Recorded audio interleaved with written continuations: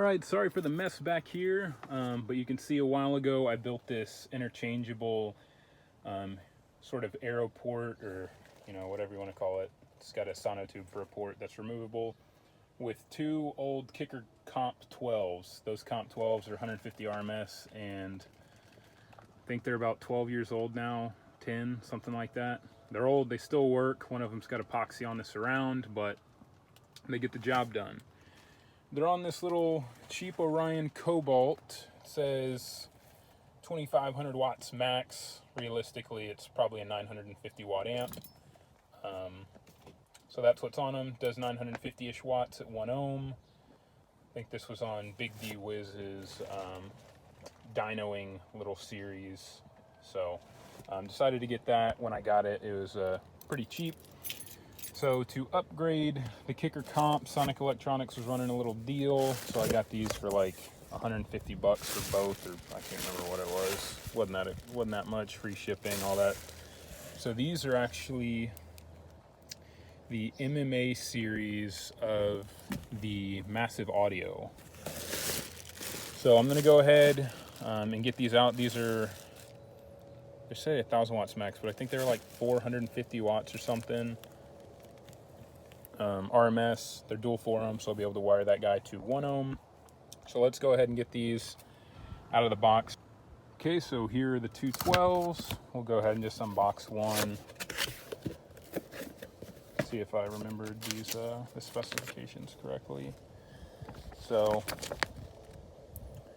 dual 4 FS 34.9 hertz. Let's try and pick out the stuff that kind of matters. 500 watts RMS. X max is 10 millimeters each way, so I'll get about, realistically, probably a full inch.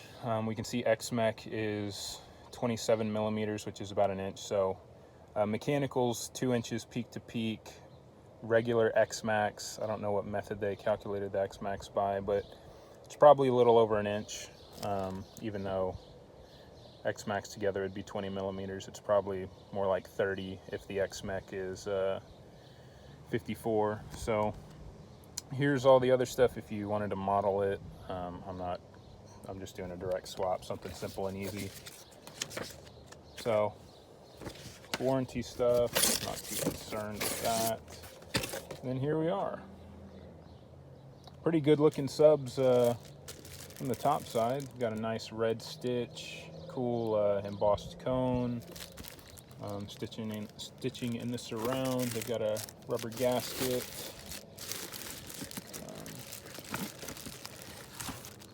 Put them on top of the other one.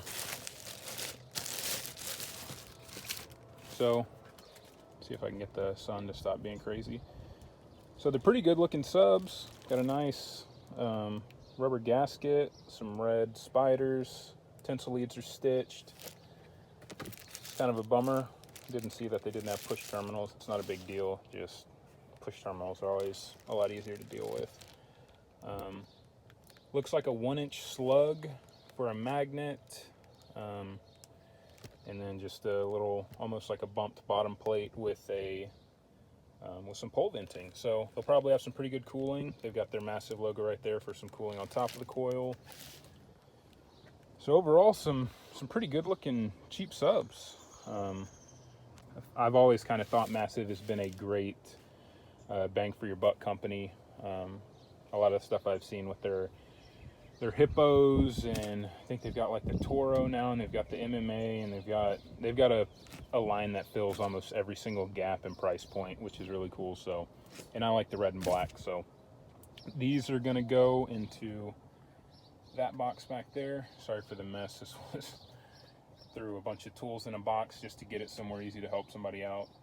So these are gonna go in that box, and we'll give it a little test run after. Let's play this one.